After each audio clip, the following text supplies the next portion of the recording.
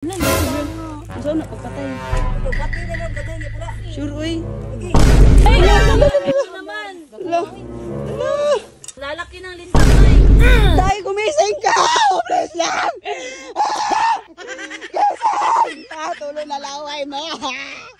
Dali na! Gagi! Tabang Kim! May! Kailangan nating linisan! Ang basta! Tara! Kailangan natin! Pack up! Roger! Nasaan si Roger? Tara! Dali na, May! Bilis, May! Double time, triple time, 4 time, 5 time! Dali, bilis! Tara! May pupuntahan tayo. Hayaan mo na yan sila. May buhay naman sila na may buhay. Ilan to? 2. Ha? Ilan to? 2. Ano to? Tawag yung kamay mo. Gising ka na? Sabihin mo good morning. Good afternoon na. Ay, gising ka na talaga kasi alam mo na hapon na. O, sige. Tama natin sila. O, tara guys. Sirado na lang natin yung sasakyan. Let's go! Susugod na kami. Ay, bawal pala mag-ingay. Nililisan na natin ngayon yun, May. Para makita talaga natin kung gaano siya kalinaw pag walang mga sagbot na. May maligid talaga dito ngayon ba? Yan yung aantayin ko. Oh, ito yung pinaka-end ng ating fish pond, guys. Tabi. Agi rami. Dito talaga yung mahirap, oh. Ala, tinurumi.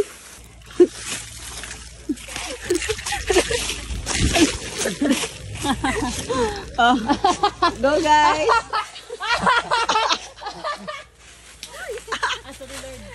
Tabi. Ala, na-survive nila, oh. Ala, napadidit na lang talaga si Jessica. Ala.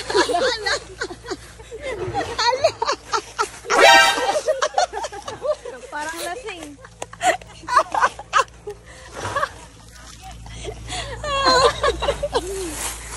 So nilagyan ng daanan para sa tubig.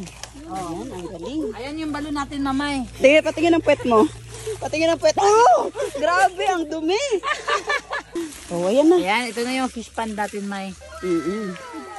Ayan, maglilinis na si Normilat ng balloon. So ngayon yung first time na matutubigan talaga yung fish pond natin. Grabe talaga yung critical thinking ni Normi, oh. Ang galing. Wala, sobrang dami na talagang daon, oh. Parang ilang tuig na hindi nalinisan ba? Wala. Yan, nililinisan na nila, oh. Si Mike na lang daw ang maglilinis. May isda! Ayun, isda! Ayun, oh, isda, oh.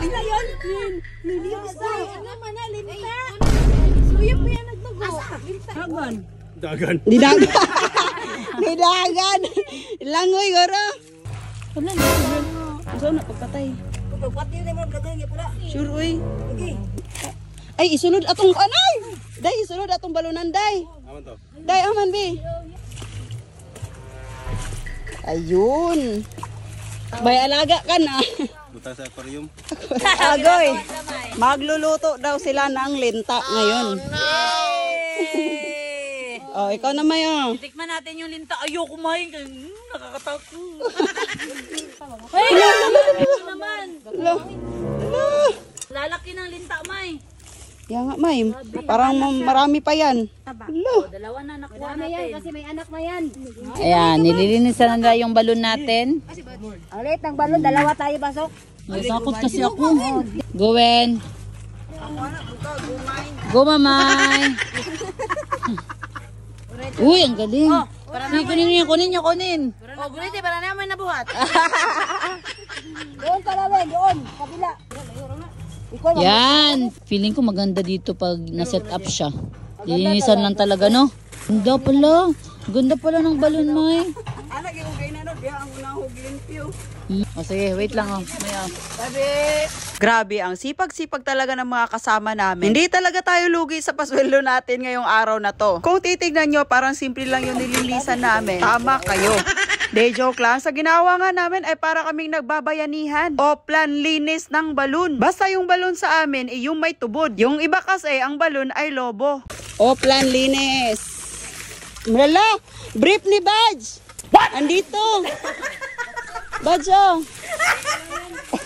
Hindi ko nga alam if masaya pa ba sila na sumama sila sa amin. Kasi habang naglilinis sila ay sobrang tahimik nila, kaya naman napa-voice over ako. Yung balon nga natin ay sobrang baho niya na parang kanal. Since ilang years din ata to hindi nalinisan, may mga dahon na nalata na sa loob. Tinali na din namin yung paglinis sa paligid kasi useless din yung paglinis namin sa balon kung madaming dahon din naman ang mahuhulog. Grabe, lagpas oras din yung ginugol namin para malinis lang to dito. Buti na lang din talaga may mga kasama kami. Update nga pala sa linta, 2 lang yung nakita namin. Sana sa susunod na paglinis wala na kami makita. Kasi yung tubig dito ay naiinom talaga to dati. Sana mabalik yung dati niyang linaw at ganda. Paggagabi na nga at kailangan na naming umuwi. Babalikan na lang namin ulit yung balon para sa paglinis ulit. As of now, sinusubukan lang muna namin magkaroon ng tubig yung fish pond natin gamit yung tubig galing sa balon. Nga pala, gusto lang talaga din namin papasalamat dahil sa solid na suporta nyo sa panonood, pag-like, pag-share at pag-comment nyo sa mga videos namin. Sana nga bigyan pa kami ng lakas at tamang pag-iisip para mapasaya namin kayong lahat. Kasi feeling ko talaga wala na ako sa saktong pag-iisip. Niligpit na nga namin yung mga gamit namin para makauwi na. Maraming salamat sa inyong lahat. Bye!